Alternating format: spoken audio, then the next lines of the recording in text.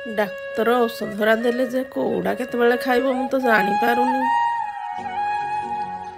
ଯାଏ ଦେଖେ ପୁଅ ସେପଟେ କ'ଣ କାମ କରୁଛି ବୋଧେ, ତାକୁ ଟିକେ ପଚାରି ଦିଏ।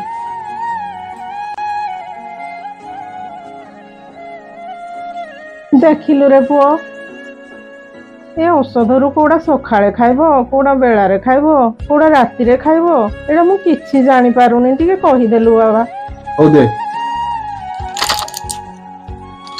ଏଇଟା ସକାଳେ ଖାଇସାରିଲେ ଖାଇବୁ, ଏଇଟା ବେଳାରେ ଖାଇସାରିଲେ ଖାଇବୁ, ଆଉ ଏଇଟା ରାତିରେ ଖାଇବୁ। ହଉ, ଏଇଟା ସକାଳେ ଖାଇବ, ଏଇଟା ବେଳାରେ ଖାଇବ, ଏଇଟା ରାତିରେ ଖାଇବ।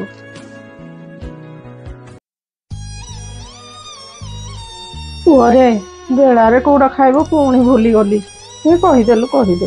ଓହୋ ବୋଉ, ସାମାନ୍ୟ ମେଡିସିନରେ ତୁ ଭୁଲି ଯାଉଛୁ କୋଉଟା କେତେବେଳେ ଖାଇବ, ଏଇଟା ବେଳାରେ ଖାଇବ।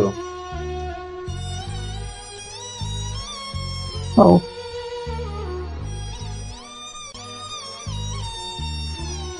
ରାତି ଔଷଧଟା ପୁଣି ଭୁଲିଗଲି। ପୁଅ ତ ଶୋଇଲାଣି, କ'ଣ କରିବି? ପୁଅ ବାବା, ଏ ରାତିରେ କୋଉ ମେଡିସିନ ଟା ଖାଇବି ଟିକେ କହିଦେ ବାବା, ମୁଁ ଜାଣିପାରୁନି। ଓହୋ ବୋଉ, ତୁ ରାତିରେ ମଣିଷକୁ ଶାନ୍ତିରେ ଶୋଇବା ପାଇଁ ବି ଟିକେ ଦେବୁନୁ। ଏଇଟା ନେ ତ ରାତିର ମେଡିସିନ, ମତେ ଆଉ ହଇରାଣ କରିବୁନି।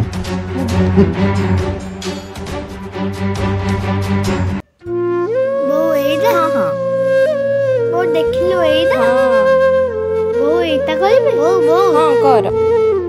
ବୋଉ ଲୋ ଦେଖେ ଟିକେ ଏଇଟା କରିବି? ରହ ମୁଁ କରିଦଉଛି। ଇଏ ହେଇଗଲା।